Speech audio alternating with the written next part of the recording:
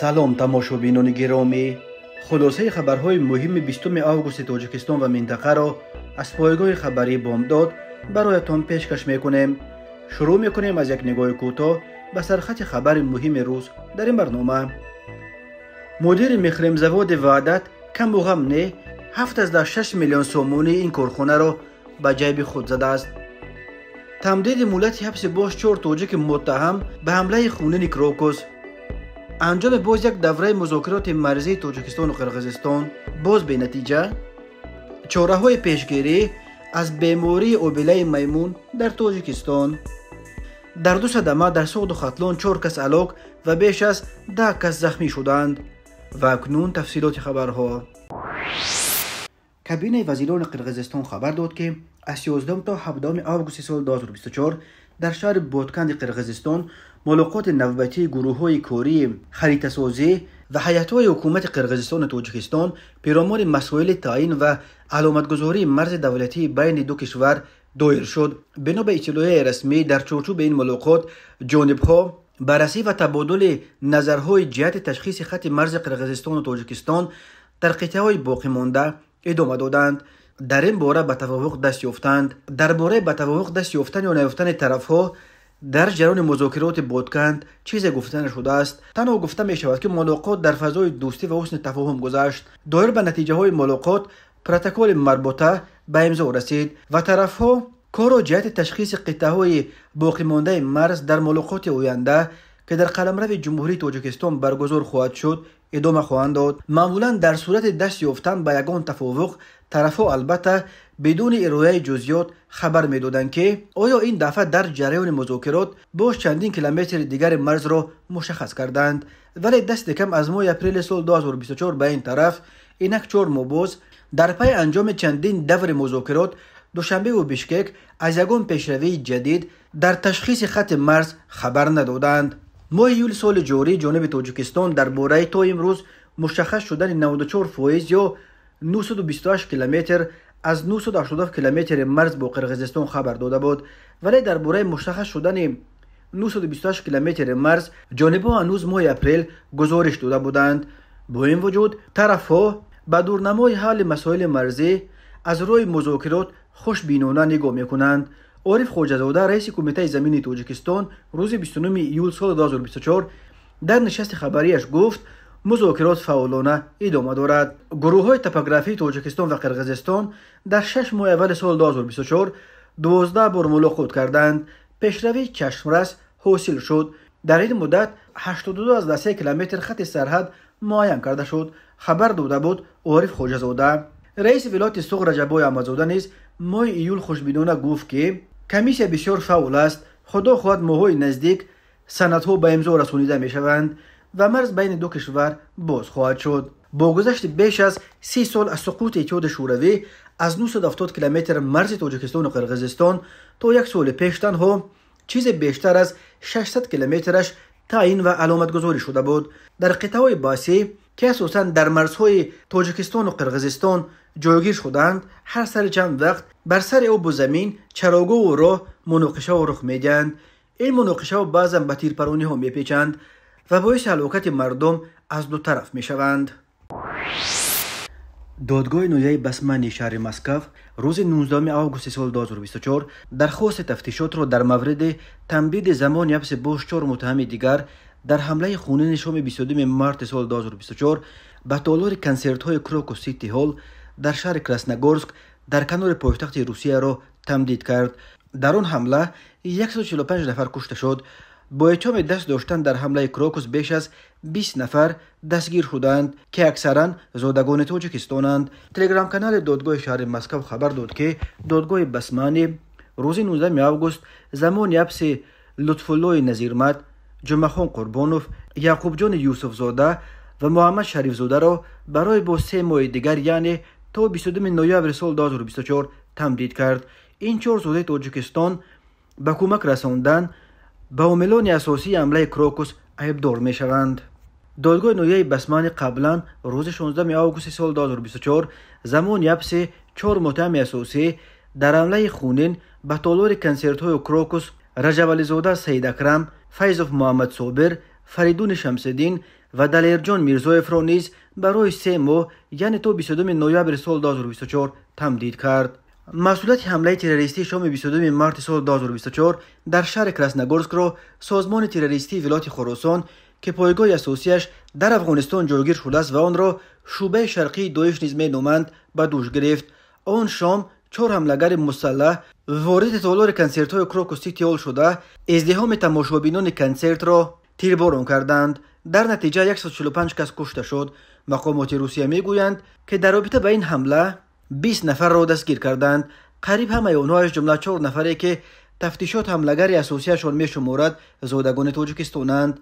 متاسفانه وقتهای آخر زادگان تاجیکستان به یک نیروی اساسی ضربه‌زن برای داعش و ولایت خراسان تبدیل یافتند و چندین حمله آخرین این گروه‌های تروریستی در کشورهای گوناگون با دست جنگجویان تاجیکستانی انجام داده شدند. سازمان جهانی بهداشت از پنجشنبه بیماری آبله میمون نگرانی کرده آن را وضعیت فوق‌العاده بین المللی اعلام کرده است.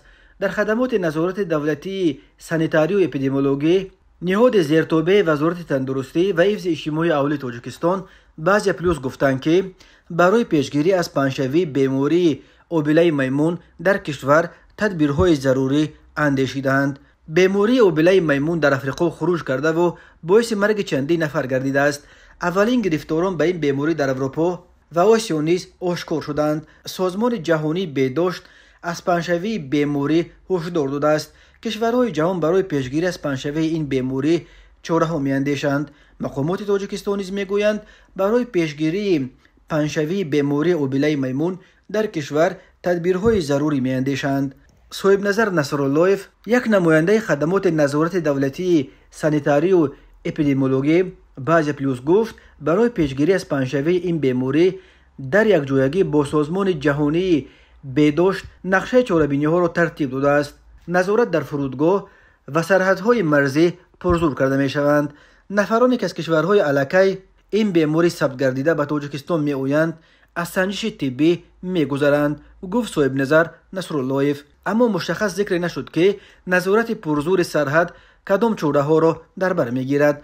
نصراللهیف علاوه کرد که اوید به بیماری آبله میمون وزارت تندرستی و حفظ اجتماعی اهالی عین زمان دستورالعمل تهیه کرده ایستاده است و آن به مرکزهای نظارتی و مردم دسترس کرده می شود. اوید به راه‌های پیشگیری از بیماری آبله میمون در نظر است. طریق واسطه‌های اخبار عامه برنامه‌ها تهیه و پخش کرده می شوند ذکر کرد و باید گفت که وزارت تندرستی قزاقستان نیز توصیه داده است که در فرودگاه‌ها و گذرگاه‌های مرزی کارهای سانیتاری و دیگینی را در سطح بلند گذراندند تا پیش روی واردشوی بیماری آبله میمون را بگیرند. قبلا سازمان جهانی تندرستی و پنجشنبه بیماری آبله میمون نگرانی کرده آن را وضعیت فوق‌العاده بین المللی اعلام کرد. نخستین حالت مبتلا به این بیماری بیرون از قطعه افریقا در شویتس ثبت شد و طبق معلومات منابع در کشور پاکستان نیز ثبت شده است. به قبل سازمان جهانی بهداشت نشانه‌های اساسی بیماری آبله میمون درد سر و تب بلند، لرزه و آبله‌های روی پوست بدن و داخل دهان می باشد. تماشابینان عزیز، یادآور می شویم خلاصه مهمترین اخبار تاجیکستان را از پایگاه خبری بامداد تماشا دارید. برنامه را ادامه می دهیم. اگنتی مبارزه با کروپسیون تاجیکستان روز 19 آگوست سال 2024 از آشکار شدن حالت تصرف مبلغ‌های بودجوی در شرکت زواد تعمیر مکانیکی شهر وحدت به مبلغ قریب 7.6 میلیون سومونی یا نزدیک $700,000 امریکایی خبر داد. اگنتی گفت این مبلغ بزرگ را از کارخانه رئیس اون غلاموف خود به یغما برده است. مرکز مطبوعات اگنتی مبارزه با کروپسیون در شرح این پرونده گفت سنجش مالیوی خوجگداری در فعالیت زواد تعمیر مکانیکی شهر وحدت نشان داد که غلاموف ضمن فعالیت کاریش باعث دیرکتور همین جمعیت قصد تصرف مبلغ‌های بودجتی را نزد خود پیشه نموده در اساس مصلحت پیشکی با روبران شرکت‌های تجارتی دوام سال‌های 2021-2023 در اکشن حالت برای ساختکاری اجرت‌های محاسبی 7,580,328 سومونی برای خریداری دستگاه و تجهیزات گوناگون برای احتیاجات شرکت زواد تعمیر مکانیکی شهر وحدت پیش بینی شده برای از آن خودکنی تصرف کرده دستگاه و تجهیزات را عموما به زواد وارد نکرده با این کردار قصدانه خود به دولت ضرر مخصوصا کلان مادی رسانیده است. از مواد پروندهش برمی‌آید که مسئولان این کارخانه به انصافانه تمام مبلغ بزرگ قریب 7.6 میلیون سومانی را که برابر قریب 700,000 دلار است به جیب خود زدند. عاید به این حادثه نسبت به غلاموف و شریکانش بر اساس دو ماده کودکس جنایتی تاجیکستان 245 قسم 4 بند ب تصرف مبلغ‌ها به مقدار مخصوصا بزرگ و 323 ساختکاری خدمتی پرونده جنایتی گشودند. بعد انجام تفتیش پیشکی و تصدیق شدن فکر عیبدارکنی این پرونده را به دادگاه سپاریدند. با آنها همچون جزا برای ساختکاری با استفاده از مقام جریمه به اندازه از 250 تا 365 نشان دهنده برای حسابها یا تا 2 سال زندان تهدید می‌کند. همین طور به متهمان بر اساس قسم 4 ماده 245 برای تصرف مبلغ مخصوصا بزرگ جریمه به اندازه از 1824 تا 2700 نشان دهنده برای حسابها یا محروم ساختن از آزادی به مهلت از 10 تا 15 سال تهدید می‌کند. تاجیکستان یکی از کشورهای از همه فساد زده دنیا به شمار می‌رود. ناظران امور کروپسیا را یک مانع جدی در راه رشد این کشور فقیرترین سابق اتحاد شوروی و مبارزه مقاماتش با این وبا را ناکافی می‌نامند. وزارت کارهای داخلی تاجیکستان خبر داد که روزهای 17-18 آگوست سال 2024 در دو صدمه در شمال و جنوب جمهوری 4 نفر به هلاکت رسیده بیش از 10 تن دیگر مجروح شدند. از جمله 17 آگوست سال 2024 تخمینا ساعت 16:40 راننده ماشین تمغه اوپل زفیر غایبوف حاج عمر سال 1995 ساکن نوی دیوشتیج هنگام حرکت در شورای دوشنبه خوجند چنوق از سمت شهر خوجند به سمت شهر استرفشان در کیلومتر 257 به ماشین تمغه مرسدس پرینتر تحت اداره بایمرودوف خورشید سال تولدش 1985 ساکن شهر پنجکند که از سمت شهر استرفشان به سمت شهر خوجند حرکت میکرد برخورده است. در نتیجه مسافران اوپل سعدالله ذکرالله سال تولدش 1971 اسماعیلوف مطلوبه سال تولدش 1971 و نابالغ اسماعیلوف صبحیدین سال تولدش 2013 ساکنان نوی دیوشتیج در جای حادثه به هلاکت رسیدند. رانندگان هر دو ماشین غایبوف و بای مرادوف همچنین مسافران مرسدس پرینتر سید مرادوف اکمل سال تولدش 1982 و محیدینوف شعوبیدین سال تولدش 1992 ساکنان شهر پنجکند با جراحت‌های جسمانی در بیمارخانه بستری کرده شدند. همچنین 18 آگوست سال 2024 تخمینا ساعت 2:30 راننده ماشین برکش تمغه هینو ربیف کریم طلب شویویچ سال تولدش 1991 ساکن نویه وخش هنگام حرکت از سمت شهر دوشنبه به شهر بختر در حدود جماعت شهرک اوبکیک نویه خراسان از عهده اداره واسطه نقلیات نبرآمده به ماشین تمغه اوپل استرا تحت اداره خدای نظر افضل شد سال تولدش 2003 ساکن شهر دوشنبه برخورده حرکت را دوام داده است و باز به ماشین برقی تمغه نتو تحت اداره خالزاده اسلامیدین عبدالحمید سال تولدش 1989 ساکن نوی کوشانیان برخورده است. در نتیجه ماشین نتو به ستون نقطه فروش سوزشواری اوریانو برخورده است. ماشین برکش تمغه هینو بنابر صورت بلند داشتنش باز به ماشین تمغه اوپل استرا تحت اداره اسلامزاده محمود کنجا سال تولدش 1963 ساکن نوی خراسان برخورده است. سپس به ماشین تمغه خوندای اونتو تحت اداره بابا سفر میرزا محمد سال تولدش 1999 ساکن نوی جامعه ماشین تمغه مرسدس بنز تحت اداره سفروف سنت الله سال تولدش 1994 ساکن نوی خراسان و اوپل استرا تحت اداره شریفوف محمد سعید سال تولدش 1988 که ماشین‌هایشان در کنار راه قرار داشتن برخورده است. در نتیجه مسافر ماشین برقی تمغه نیتو رسولوف سوراب سال تولدش 1961 ساکن نوی دوستی جراحت‌های وزنی جسمانی برداشته در جای حادثه به هلاکت رسیده است. راننده ماشین نیتو خالزاده اسلامیدین و دیگر مسافرانش شکوروف محمد امین سال تولدش 1985 ساکن شهر دوشنبه، اسمت الله زاده مهردین سال تولدش 2004 ساکن نویه بلخی، اینچنین راننده ماشین تمغه خوندای ادوانته بابو سفر با مسافرانش بابا جانوف زایر سال تولدش 1991 ساکن نویه یووان و بابا جان زاده زفر سال تولدش 1995 ساکن نویه جامی با جراحت‌های گوناگون جسمانی در بیمارخانه مرکزی نویه خراسان بستری گردیدند. وزارت کارهای داخله گفت اوید بین حادثه و تحقیقات ادامه دارد. ضمن برگزار نمودن چهاره‌بینی اپراتیوی جستجویی از جانب کارمندان میلیشیا معین کرده شد که جوان 25 ساله ساکن نویه دوشتیج دوم آگوست سال 2024 تخمینا ساعت 09:30 دقیقه در حدود نویه جبا رسولوف مرد 27 ساله و زن 31 ساله ساکنان شهر گلستان و نویه دوشتیج را برای علاقه جنسی نمودن شناس کرده همچون مکافات 800 سومانی گرفته است. نسبت گمانبر شونده پرونده جنایتی با قسم 1 ماده 239 کودکس جنایتی جمهوری تاجیکستان آغاز کرده شده تفتیشات ادامه دارد. به شعبه وزارت کارهای داخلی دو در نویه رودکی عریضه زن 40 ساله ساکن نویه مذکور وارد گردیده است که 15 آگوست سال 2024 تخمینا ساعت 11:30 دقیقه شخصان نامعلوم با روی پنهانی به خانه استقامتیش در آمده از آنجا 11,000 سومانی، $500 امریکایی و جواهرات گوناگون طلایی را که ارزششان 8,800 سومانی را تشکیل می‌دهد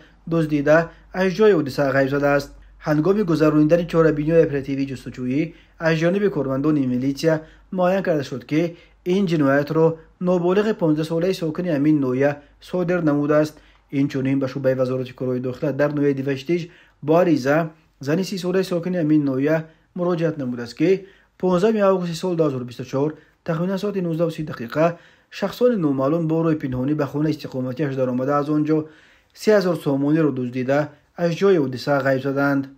هنگام گذرانیدن چهاره‌بینی اپراتیوی جستجویی از جانب کارمندان میلیشیا معین کرده شد که این جنایت را زن 27 ساله ساکن نویه مذکور صادر نموده است. نسبت گمانبر شونده پرونده جنایتی با قسم 2 ماده 244 کودکس جنایتی جمهوری تاجیکستان آغاز کرده شده تفتیشات ادامه دارد.